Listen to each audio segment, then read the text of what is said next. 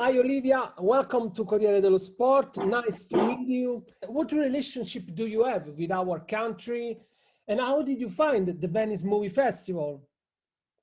My father loves Italy, and he always brought me here as a child. We would always come for the Cenone di San Silvestro every year to a different Italian town. Yeah. And so we went to Florence and Venice and Rome and Bologna.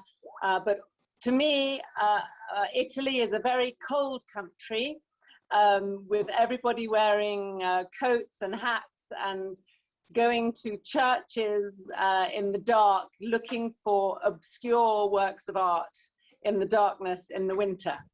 So it's wonderful to be here in the sunshine and to be here in a very modern film festival. Let's talk about the Kinéo Awards that will you see among the winners as Best International Actress for the wonderful movie, The Father. What emotions do you feel when you receive such an important award? Does this particular award gives you any special emotions?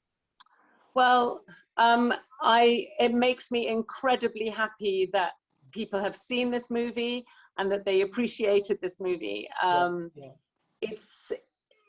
read the script when it was a play many years ago, and I think the way it tells the story, it's like a thriller, it's like a horror film.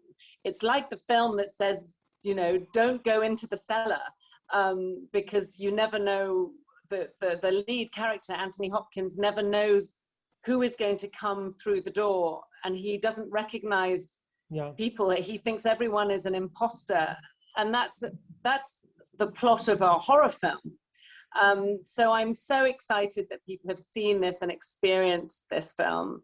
I play a nurse, a carer, and I feel very grateful to nurses and carers. I don't know if it's the same in Italy, but in England, they are usually women and they are usually not paid very well. And so I feel I want to dedicate the award to nurses who cared for me when I was very sick and for all of us during COVID and the pandemic. And I feel that the movie is very compassionate about both people who suffer from Alzheimer's and people who care for them, and the terrible dilemma you have of how to care for someone whom you love, but who is impossible, who has become impossible. What memories do you have of the experience on the set, in particular to play with a movie star like as Anthony Hopkins, the winner of Academy Award for this movie? In the earlier scene when he has become very confused about a man with a chicken, we laughed a lot in this scene because the lines were so hard to remember, and we sat in Anthony's dressing room and we were going, you know, the chicken, what chicken? The man with the chicken, there was a man with a chicken, and it was so confusing. And we still send each other texts with an emoji of a chicken. That's the way we speak to each other. Okay, great. So the last question is about cinema. You've played many characters in cinema and many characters in TV series too, The Nevers, Counterparts, Manhattan, and so on. In the past, cinema and TV were two worlds that did not communicate each other so well. Today, they are getting closer and closer with Amazon, Netflix, Apple, Disney, and so on.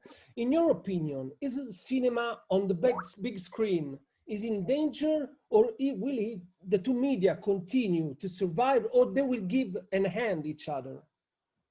I think there is a wonderful, I love the way all the skills from movies have been given another life in TV series. Okay. And I think particularly when you are adapting one of the great novels, if you have a novel that is 200 pages long, it's wonderful to put it on the TV in a series where you have 6 hours instead of 2 hours to tell the story. I think people, especially now after the pandemic, we want to go out. We want to sit in a room together with other people again. And I really hope the same for cinema and for theatre, that people want to gather together to watch together,